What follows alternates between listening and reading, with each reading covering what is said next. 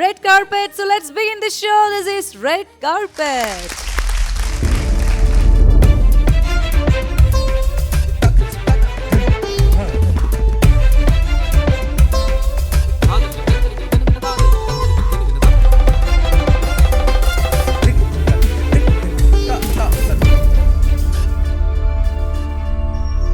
Red കാർപ്പറ്റിൽ ഇന്ന് നമ്മുടെ കൂടെ ജോയിൻ ചെയ്യാൻ പോകുന്നത് എനിക്ക് വളരെ സ്പെഷ്യൽ ആയിട്ടുള്ള ഒരു ഗസ്റ്റ് ആണ്. കാരണം ഒരുപാട് ഇതുപോലുള്ള വേദികൾ ആങ്കറിങ്ങിലൂടെ ആളുകളുടെ മനസ്സ് കീഴടക്കിയ ഒരു വ്യക്തിത്വമാണ്. സിനിമ, അഭിനയം, പാട്ട്, അങ്ങനെ എല്ലാ മേഖലയിലും തൻ്റെതായിട്ടുള്ള ഒരു വ്യക്തിമുദ്ര പതിപ്പിച്ച ഒരു പേഴ്സണാലിറ്റിയാണ്. So let's welcome Ranjini Haridas.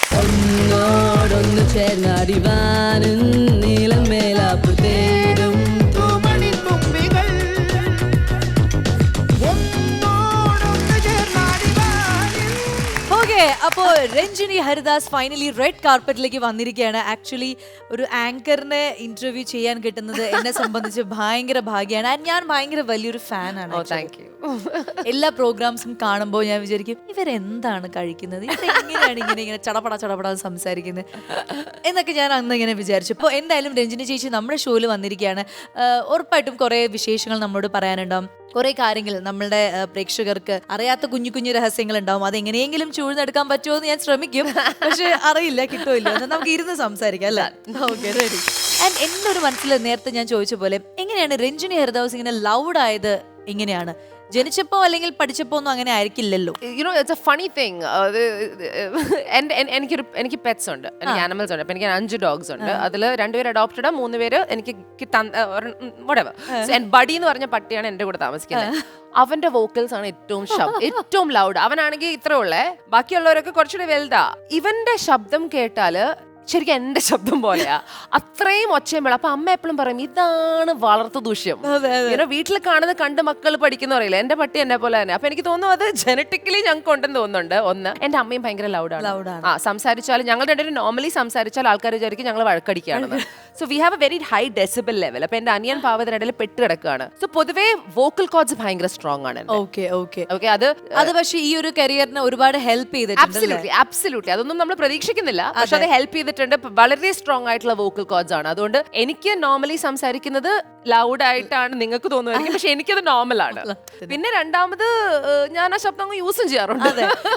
നമുക്ക് അങ്ങനെയാണല്ലോ, നമുക്കുള്ള കഴിവ് തിരിച്ചറിഞ്ഞ് യൂസ് ചെയ്യാന്നുള്ളതാണ്. പക്ഷെ ചില സമയത്ത് പറയും. ആൻഡ് അതുപോലത്തെ കുറെ വിമർശനങ്ങൾ കേട്ടിട്ടുണ്ടല്ലോ, ഇങ്ങനെ എന്തൊരു ബഹളമാണ്. പക്ഷെ അതേ ആൾക്കാരെ കൊണ്ട് തന്നെ രഞ്ജിനി ഹരിദാസ് ഉണ്ടെങ്കിൽ ഒരു ഷോ പിടിച്ചു നിർത്താൻ പറ്റും, അല്ലെങ്കിൽ ആ ഷോന്റെ ഒരു ഹൈപ്പ് രഞ്ജിനി ഹരിദാസ് ഉണ്ടെങ്കിൽ അങ്ങനെ ഒരു ബ്രാൻഡ് ഉണ്ടാക്കി എടുക്കാന്ന് പറഞ്ഞു കഴിഞ്ഞാൽ അതൊരു ഈസി കാര്യമല്ല. കുറ്റം പറഞ്ഞ ആൾക്കാരെ കൊണ്ട് തന്നെ നല്ലത് പറയിപ്പിക്കാന്ന് പറഞ്ഞാൽ സക്സസ് അല്ല. അതൊരു ഇൻക്രെഡിബിൾ ജേർണി തന്നെയാണ് ഫോർ ഷുവർ. ബിക്കോസ് അവരെപ്പോഴും കുറ്റം പറയുന്നുണ്ട്, എന്നാലും ഇതും പറയും. അതൊരു നല്ല രസം. ബിക്കോസ് അത് നമ്മളുടെ ഒരു കഴിവിനെ അംഗീകരിക്കുക എന്ന് പറയുന്നതാണ്. നമ്മുടെ നാട്ടിലൊക്കെ അംഗീകരിക്കാൻ കുറച്ച് ബുദ്ധിമുട്ടാണ്. ഇപ്പൊക്കെ പിന്നെ ഈസി ആട്ടോ. ഇപ്പം ആൾക്കാർ മാറി, കാലം മാറി. ഞാൻ വന്ന ഒരു 20 വർഷം മുമ്പ്, 25 വർഷം മുമ്പ്. അപ്പൊ ഇതൊക്കെ ഭയങ്കര പ്രശ്നമാണ്. ടെലിവിഷൻ ഇപ്പം സ്റ്റാർ സിംഗർ എന്ന് പറഞ്ഞൊരു പരിപാടിയാണല്ലോ അന്ന് പോപ്പുലർ ആക്കിയത്. That was in 2007. So you can imagine that is about 15-16 years ago. Ranjini ഹരിദാസിന്റെ ഫാൻസ് എന്ന് പറയുന്നത് കൂടുതൽ അമ്മമാരായിരിക്കും അല്ലേ? It's so funny. സ്ത്രീകൾ, അമ്മമാർ, അവർക്ക് ഭയങ്കര പ്രായം കൂടിയ ആൾക്കാരാണ്. അതെന്തുകൊണ്ടാണെന്ന് എനിക്കൊന്നും അറിയില്ല. പക്ഷെ നേരിട്ട് അങ്ങനെ ഏതെങ്കിലും അമ്മമാർ വന്ന് പറഞ്ഞിട്ട് എനിക്ക് ഇതേപോലൊരു മോള് വേണം. ഓൾ ദ ടൈം എന്ന് പറഞ്ഞാല് എന്തുകൊണ്ടാണ് ഇഷ്ടം എന്ന് എനിക്ക് അറിയത്തില്ല. എനിക്ക് തോന്നുന്നു, എനിക്ക് എപ്പോഴും തോന്നാറുണ്ട്, ഇപ്പൊ ശരിയാണോ തെറ്റാണോ യു കെൻ ടെൽ മീ. എനിക്ക് തോന്നുന്നു അവർക്ക് ചെയ്യാൻ പറ്റാത്തത്, അവർക്ക് എല്ലാ ഫ്രീഡം എന്ന് പറഞ്ഞൊരു സാധനം ഉണ്ടല്ലോ, അത് എൻജോയ് ചെയ്യാൻ എല്ലാവർക്കും പറ്റാറില്ല സാഹചര്യങ്ങൾ കാരണം. ഞാൻ വളരെയധികം ഫ്രീഡം ആസ്വദിക്കുന്ന ഒരു വ്യക്തിയാണ്, അത് ചെറിയ പ്രായത്തിൽ മുതൽ. ആൻഡ് ആ ഫ്രീഡം ഞാൻ ആസ്വദിക്കുന്ന ആൾക്കാർക്ക് കാണുന്നുണ്ട്. അതിപ്പം ഞാൻ ഒച്ചയിൽ സംസാരിക്കുന്നത് എന്റെ ഫ്രീഡമാണ്, മനസ്സിലായില്ലേ? ഞാൻ ഇഷ്ടമുള്ള കോസ്റ്റ്യൂം ഇടുന്ന എന്റെ ഫ്രീഡമാണ്, ഞാൻ കെട്ടിപ്പിടിക്കുന്ന എന്റെ ഫ്രീഡമാണ്, കരയുന്ന എന്റെ ഫ്രീഡമാണ്, മിണ്ടാതിരിക്കുന്ന എന്റെ ഫ്രീഡമാണ്, ഒച്ചയെടുക്കുന്ന എന്റെ ഫ്രീഡമാണ്. പക്ഷെ വേറൊരാളുടെ മൂക്കിന്റെ അടുത്തുമ്പോ അത് എന്റെയും. ഞാൻ നിങ്ങളെ എഫക്ട് ചെയ്യൂല. എന്റെ രീതിയിൽ എന്റെ ലോകത്ത് ഞാൻ എന്റെ ഫ്രീഡം മാക്സിമം യൂട്ടിലൈസ്. എനിക്ക് ചിലപ്പോൾ തോന്നാറുണ്ട് ഒരു പക്ഷേ എൻ്റെ അടുത്ത് ഇങ്ങനെ വന്ന് പറയുന്നത് സ്ത്രീകളാണേലും പുരുഷങ്ങളായാലും ആരായാലും അവർക്ക് ആ ഫ്രീഡം എൻജോയ് ചെയ്യാൻ പറ്റാത്ത കൊണ്ടാണോ ഐ ഫീൽ ബാഡ് നമുക്ക് വേണ്ടി രഞ്ജിനി സംസാരിക്കുന്ന പോലെ ഉണ്ട് എന്നൊക്കെ ബിക്കോസ് തോന്നുന്നോണ്ടായിരിക്കാം. എൻ്റെ അടുത്ത് കുറച്ച് പേര് എസ്പെഷ്യലി ഈ കോഴിക്കോട് മലപ്പുറം സൈഡിൽ നിന്നൊക്കെ നമ്മൾ ഷോസിനൊക്കെ പോകുമ്പോൾ കുറേ ഉമ്മമാരൊക്കെ വന്ന് പറയും, മോളെ മോളുടെ പോലെയൊക്കെ യുനോ നമുക്ക് നടക്കാൻ ആഗ്രഹം ഉണ്ടായിരുന്നു, പക്ഷെ നമ്മൾക്ക് അത് പറ്റില്ല, ഞങ്ങളുടെ ചെറുമക്കെങ്കിലും പറ്റട്ടെ അല്ലെങ്കിൽ മക്കെങ്കിലും പറ്റട്ടെ, അതുകൊണ്ട് മോളെ പോലെ കണ്ട് വളരട്ടെ എന്ന് പറയുമ്പോൾ ഞാൻ വിളിക്കും, എന്നെ കണ്ട് വളരട്ടെ എന്നൊക്കെ പറയും. എന്നിട്ട് ഞാൻ പറയും, എന്റെ ഉമ്മ വളരെ മോശം കുട്ടിയാണ്, എല്ലാം കണ്ടുപിടിക്കരുത്, നല്ലത് മാത്രം കണ്ടുപിടിച്ചോ.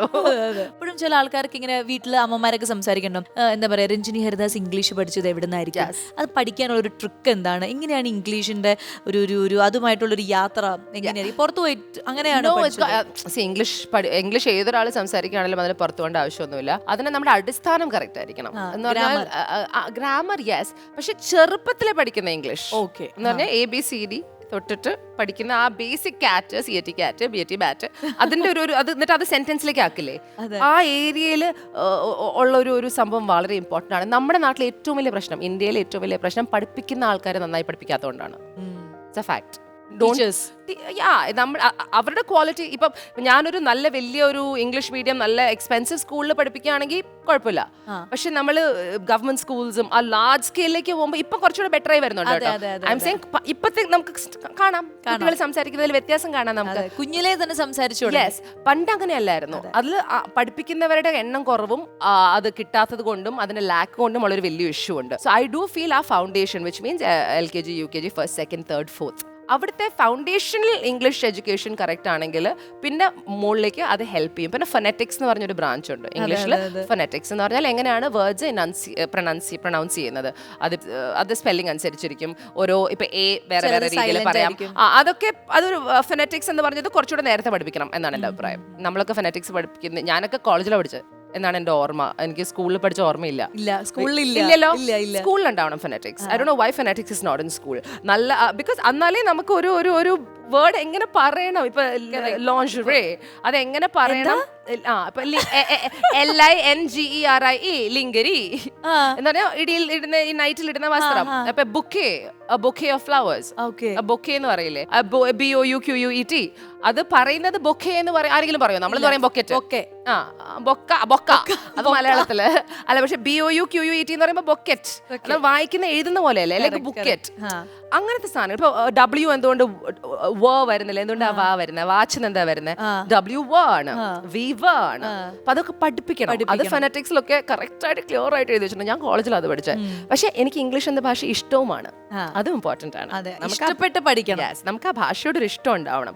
സോ ഈ കുറച്ച് കാര്യങ്ങൾ ചെയ്താൽ നന്നായിരിക്കും. ഇനി അതിനുള്ള ഓപ്പർച്യൂണിറ്റി ഇല്ലെങ്കിൽ സിനിമ ഇംഗ്ലീഷ് മൂവീസ് കാണുക, സബ് ടൈറ്റിൽസ് ഉണ്ടല്ലോ, ഇംഗ്ലീഷ് മൂവീസ് കാണുക, പത്രം വായിക്കുക, ബുക്സ് വായിക്കുക, ബേസിക് സ്റ്റാഫ്, പിന്നെ അതൊക്കെ ഉണ്ടെങ്കിൽ പഠിക്കാം. ചേച്ചി പക്ഷെ പുറത്തു പോയി പഠിക്കണം എന്ന് ആഗ്രഹമുള്ള ഒരാളായിരുന്നു അല്ലേ? പുറത്തു പോയി പഠിക്കണം എന്ന് ആഗ്രഹമൊന്നും ഉണ്ടായിരുന്നില്ല. ആ സമയത്ത് ഒരു ബോയ് ഫ്രണ്ട് പുറത്തു പോയി പഠിച്ചപ്പോ ഞാൻ എന്റെ പുറകെ പോലെ ഞാനും പഠിച്ചു, അത്രേ ഉള്ളൂ. അപ്പൊ ഇല്ല, ഞാനപ്പോ ഒരു കോൾ സെന്ററിൽ വർക്ക് ചെയ്തു.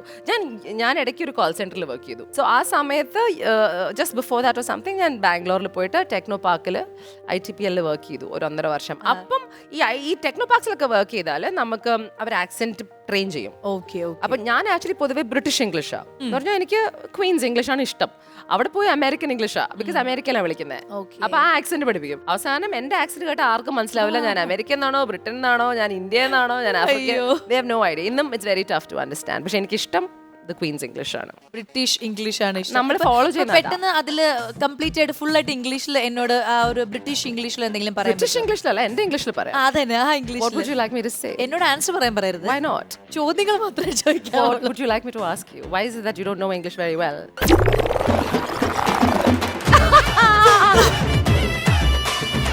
Is it because you've not made an effort? Yeah. It is very easy to do it. Very easy. Do you read English? Yeah. Do you watch English movies? Yeah. I think it's a very easy thing to do. Now, speaking in English is not even so hard. It's very light. It's not light, but it's not hard. It's not very as hard as you think. interesting. It's not as hard as you think. And like when you go to act in a movie, you learn a script, right? Like it's all in Malayalam. What Correct. about when you go in Telugu? Yes. Do you do Telugu films? No. Tamil? Yes. So how do you learn Tamil? You know Tamil. Yeah. You speak Tamil? No. Then how do you learn Tamil? You learn it. Yes. Same effort has to be put in English as well if you need to learn it. Okay. Is that fine? Do you want me to keep talking? ഈ യാന്നുള്ള വാക്ക് കണ്ടുപിടിച്ചില്ലായിരുന്നെങ്കിൽ നമ്മളെപ്പോലുള്ള ആൾക്കാര് എന്ത് ചെയ്യുന്നേനെ? Yeah correct. Okay. Okay. Okay, okay. Sorry.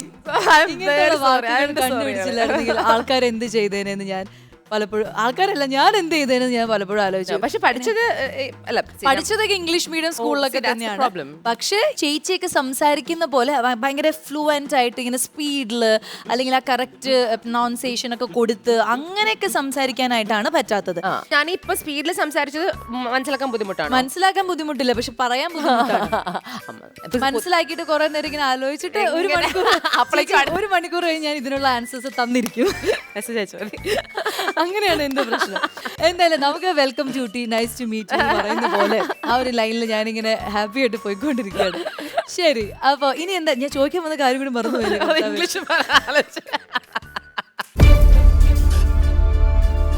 അപ്പൊ രഞ്ജിനി ചേച്ചി നമ്മൾ കുറേ സംസാരിച്ചു, കുറേ വിശേഷങ്ങൾ പറഞ്ഞു. അപ്പൊ ഇനി നമുക്ക് സമാധാനമായിട്ട് ഒരു പാട്ട് കേട്ട് ഒന്ന് ഹാപ്പി ആവാനുള്ള ഒരു സമയമാണ്. നല്ല കുറേ പാട്ടുകൾ നമുക്ക് വേണ്ടി പാടിത്തരാനായിട്ട് ഒരു മിടുക്കി ഒരു കുട്ടി അല്ലെങ്കിൽ ഒരാൾ ഇവിടെ എത്തിയിട്ടുണ്ട്. അപ്പോൾ എന്തായാലും ഈ വേദിയിലേക്ക് ഒരുപാട് സ്നേഹത്തോടെ സ്വാഗതം ചെയ്യുന്നു. ധന്യ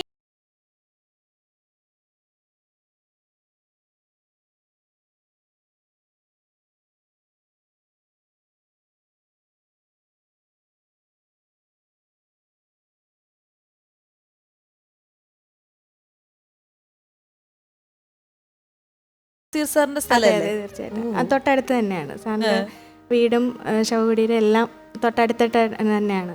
അത് ശരി. പിന്നെ സ്കൂള്, അദ്ദേഹത്തിന്റെ വലിയൊരു സ്കൂളും അവിടെ ഉണ്ട്, പ്രേം നസീർ മെമ്മോറിയൽ. അതെ അതെ അതെ. അവിടെയാണോ പഠിച്ചത്? പഠിച്ചത് അവിടെയല്ല, എന്റെ ഹസ്ബൻഡിന്റെ സ്ഥലമാണ് ചിറയെങ്കിലും. ഓക്കെ ഓക്കെ, അത് ശരി. അപ്പം ഈ അതായത് നാട്ടില് ഒരുപാട് പാട്ടുകൾ പാടാനുള്ള ഒരു അവസരമൊക്കെ, അതായത് ഇങ്ങനെ ഓണം ഷോ, ക്രിസ്മസ് ഷോ അങ്ങനെയൊക്കെ സ്റ്റേജ് ഒക്കെ ചെയ്യുന്നുണ്ട്. ഇപ്പം കണ്ണൂർ ഹൈബീറ്റ്സിൽ പ്രൊഫഷണൽ ആയിട്ട് പാടുന്നുണ്ട്. കുറെ നാളായോ പാടി തുടങ്ങിയിട്ടാണ്? കുറച്ച് നാളായി. ഇങ്ങനെ റിയാലിറ്റി ഷോസിലൊക്കെ പങ്കെടുക്കാൻ പോയിട്ടുണ്ടോ ഇതിനു മുമ്പും? ഇല്ല. അങ്ങനെ ഒരു താല്പര്യം വന്നിട്ടില്ല? വന്നിട്ടുണ്ട്, അങ്ങനെ ഒരു അവസരം കിട്ടിയിട്ടില്ല. ഇപ്പൊ കല്യാണം കഴിഞ്ഞിട്ട് എത്ര നാളായി? ഇപ്പം 3 വർഷമായി. 3 വർഷമായി കല്യാണം. അപ്പൊ എനിക്ക് തോന്നുന്നു ആ ഒരു കോവിഡിന്റെ ഒക്കെ ആ ഒരു സമയത്ത്, കോവിഡ് സമയത്തിന് തൊട്ട് മുമ്പായിരുന്നോ? അതെ അതെ, തൊട്ട് മുമ്പായിരുന്നു. അദ്ദേഹം എന്ത് ചെയ്യണു? CRPF ആണ്. നാട്ടില് തന്നെയാണോ? മഹാരാഷ്ട്രയിലാണ്. മഹാരാഷ്ട്രയിൽ വർക്ക് ചെയ്യണം. Okay okay. വീട്ടില് വേറെ ആരൊക്കെ ഉണ്ട്? എന്റെ വീട്ടില് അച്ഛനില്ല, അച്ഛൻ മരിച്ചു പോയിട്ട് ഇപ്പം 8 വർഷമായി. 8 വർഷമായി. അമ്മയും 2 അനിയത്തിമാരും ഉണ്ട്. 2 അനിയത്തിമാർ. എവിടെയാ നാട്? എന്റെ നാട് ആദിച്ചനെല്ലൂർ എന്ന് പറയുന്ന ഒരു ഗ്രാമമാണ്, കൊല്ലം ജില്ലയിലാണ്. ഹസ്ബൻഡിന്റെ നാട് ചിറയൻകീഴ് അല്ലേ? ആൻഡ് ധന്യക്ക് ഒരു ആഗ്രഹമുണ്ട്, ഒരു ടീച്ചർ ആവണം എന്നൊരു ആഗ്രഹമുണ്ട് അല്ലേ? TTC കഴിഞ്ഞതാണ്. സ്കൂളിൽ വർക്ക് ചെയ്തോണ്ടിരുന്നായിരുന്നു ടെമ്പററി ആയിട്ട്. സബ്ജക്ട് മ്യൂസിക് തന്നെ അതോ? മ്യൂസിക് ഉണ്ട്, എല്ലാ വിഷയങ്ങളും. അതായത് എനിക്ക് തോന്നുന്നു ഈ LKG, LP, UP സെക്ഷനിൽ 5ാം ക്ലാസ് വരെയുള്ള 5ാം ക്ലാസ് വരെ പഠിപ്പിക്കാനാണ്. പിന്നെ കലാതിലകമായിരുന്നു. +2 കലാതിലകം. അപ്പൊ പാട്ടല്ലാതെ വേറെ എന്തൊക്കെ ഐറ്റംസ് ആണ് കയ്യിലുള്ളത്? കലാതിലകം ആവണമെങ്കിൽ ബേസിക് ആയിട്ട് 6-7 ഐറ്റംസ് അവര് പാർട്ടിസിപ്പേറ്റ് ചെയ്യണം. ജയിക്കണം?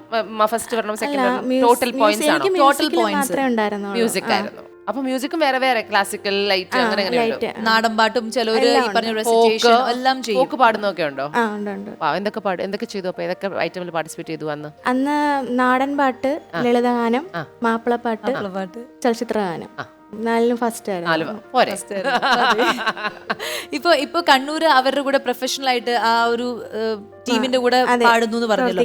അപ്പൊ നോർമലി ഒരു സ്റ്റേജിൽ കിട്ടിക്കഴിഞ്ഞാൽ, ഒരു സ്റ്റേജ് ഹാൻഡിൽ ചെയ്യുമ്പോൾ ധന്യക്ക് അവർ ഏത് ജോണറ തരാറ്? മെലോഡീസ് ആണോ, ഫാസ്റ്റ് നമ്പേഴ്സ്, നാടനാണോ? മെലഡിയാണ് ഇപ്പൊ ഞാൻ പാടിക്കൊണ്ട്, മെലഡിയാണ്. എല്ലാ ടൈപ്പ് പാട്ടും പാടും, മെലഡിയാണ് ഇപ്പൊ പാടുന്നത്.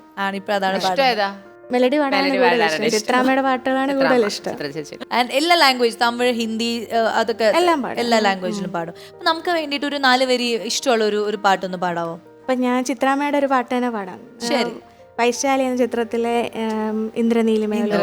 Okay, great.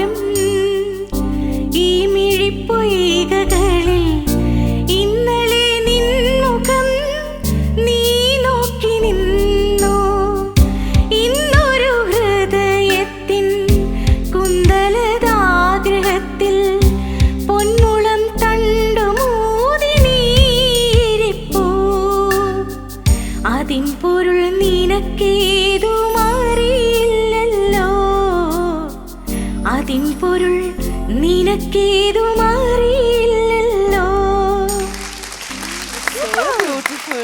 അടിപൊളി. Very nice. അപ്പൊ ഇനി നമുക്ക് അമ്മയെ കൂടി പരിചയപ്പെടാം. നമസ്കാരം. നമസ്കാരം. റെഡ് കാർപ്പറ്റിലേക്ക് സ്വാഗതം. പേര് പറയൂ. എൻ്റെ പേര് അനിത. ചേച്ചി വർക്ക് ചെയ്യുന്നുണ്ടോ അതെയോ ഹൗസ് വൈഫ് ആണോ? അല്ല, നമുക്ക് ചെറിയൊരു കട നടത്തിക്കൊണ്ടിരിക്കും. കട നിങ്ങളുടെ നാട്ടിൽ തന്നെ എന്താ സ്റ്റേഷനറി അങ്ങനെ സ്റ്റേഷനറി ഷോ? അപ്പൊ ചേച്ചിയാണ് രാവിലെ മുതൽ അവിടെ നിൽക്കുന്നത്. എത്ര മണി വരെ നിൽക്കേണ്ടി വരും? ഒരു 10-11 മണി വരെ പകലിരിക്കും.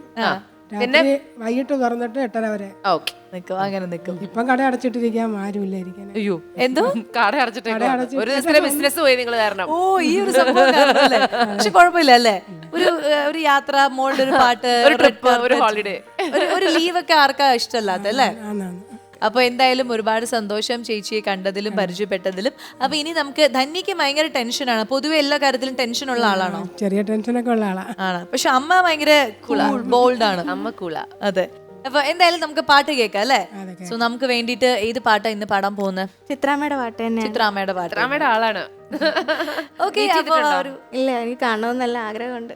എത്രയും പെട്ടെന്ന് സാധിക്കട്ടെ അല്ലേ? അപ്പം ആ ഒരു പാട്ട് കേൾക്കാൻ ഞങ്ങൾ എല്ലാവരും റെഡിയാണ്. All the very best. Thank you. കണ്ണാടി കൈയിൽ കല്യാണം കണ്ടോ കാക്കാത്തിക്കിളി, ഉള്ളത്തിൽ ചെണ്ടുമല്ലിപ്പൂവെറിഞ്ഞൊരാളുണ്ടോ, അഴകോലും തമ്പ്രാനുണ്ടോ.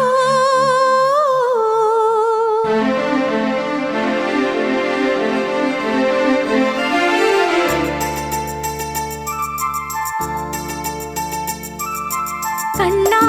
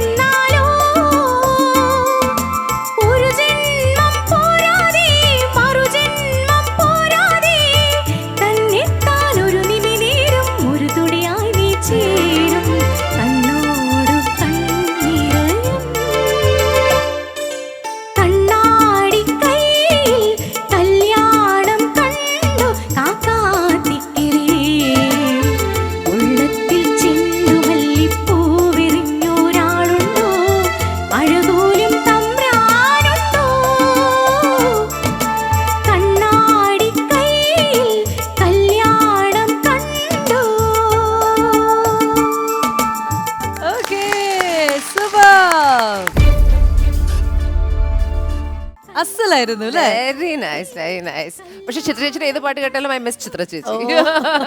Beautiful song also. ഭയങ്കര രസമായിട്ട് ആ പാട്ടും നല്ലൊരു സോങ് സെലക്ഷനും ആയിരുന്നു. അത് ഭയങ്കര രസമുണ്ടായിരുന്നു.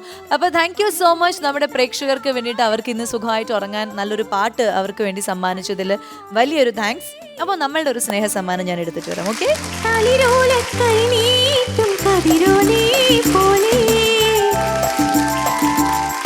ഈ ഒരു അവസരത്തിൽ എനിക്ക് ഒരുപാട് സന്തോഷം തോന്നുന്നുണ്ട്. രഞ്ജിനി ചേച്ചിയെ കാണാൻ പറ്റി, സ്വാസിക ചേച്ചിയെ കാണാൻ പറ്റി. Thank you. ഒരുപാട് സന്തോഷം. അതുപോലെ എൻ്റെ അമ്മയോട് ഒരുപാട് എനിക്ക് നന്ദിയുണ്ട്. എന്നെ ഈ ഒരു ലെവലിൽ എത്തിച്ച എൻ്റെ അമ്മയാണ്. ഒരുപാട് സപ്പോർട്ട് ചെയ്തിട്ടുണ്ട്. പ്രോഗ്രാംസിനെല്ലാം അമ്മയാണ് കൂടെ വരുന്നത്. അതെ അതെ അതെ. Takes a lot. ഒരു അമ്മ വളർത്തിയ മോളെന്ന നിലയ്ക്ക് എനിക്കും പറയാം. എൻ്റെ അച്ഛനും എൻ്റെ 7ാം വയസ്സിൽ മരിച്ചു. അപ്പം ഭയങ്കര ശക്തിയുള്ള സ്ത്രീകളാണ് ഈ സ്ത്രീകളെ. തോൽപ്പിക്കാനാകില്ല മക്കളെ, നടക്കൂല. എല്ലാം ആനി ഒറ്റയ്ക്ക് എല്ലാ കാര്യങ്ങളും ഹാൻഡിൽ ചെയ്യുന്നുണ്ട്. അതാണ് നമ്മള് ഒരു കാര്യം മാത്രമല്ലല്ലോ അവർ ശ്രദ്ധിക്കുന്നുള്ളൂ. എല്ലാം എല്ലാ കാര്യങ്ങളും ശ്രദ്ധിച്ച് ഭയങ്കര ഹാപ്പി ആയിട്ട്, നിങ്ങളും ഹാപ്പിയാണ്, ഇവരെ കൂടി ഹാപ്പി ആക്കി കൊണ്ടുപോകാന്ന് പറയുന്നത് ശരിക്കും അതൊരു മെന്റൽ പവർ ഭയങ്കര ഉള്ളവർക്കേ സാധിക്കും. അപ്പോൾ നല്ലൊരു കയ്യടി ഈ അമ്മയ്ക്കും ഇതേപോലുള്ള എല്ലാ അമ്മമാർക്കും നമ്മളൊരു വലിയ കയ്യടി നൽകാണ് ഈ ഒരു അവസരത്തിൽ. അപ്പോൾ ഇനി അടുത്തൊരു വേദിയിൽ നമുക്ക് കാണാം. ആൻഡ് ആഗ്രഹം പോലെ ധന്യയുടെ വലിയൊരു ആഗ്രഹമാണ് ചിത്ര ചേച്ചി ഒന്ന് കാണണം എന്നുള്ളതും. അപ്പോൾ കാണുക മാത്രമല്ല, ചിത്ര ചേച്ചിയുടെ കൂടെ അതെ അനുഗ്രഹം വാങ്ങി കൂടെ പാട്ടും പാടാൻ സാധിക്കട്ടെ. സോ ഹാപ്പി ആയിട്ടിരിക്കൂ. നമുക്ക് ഇനി കാണാം. So take care and bye bye. This is red carpet. Costume courtesy for Swastika, Ladies Planet, Perindalmanna and Palakkad. Jewel courtesy for Swastika, Ladies Planet Rental Jewelry.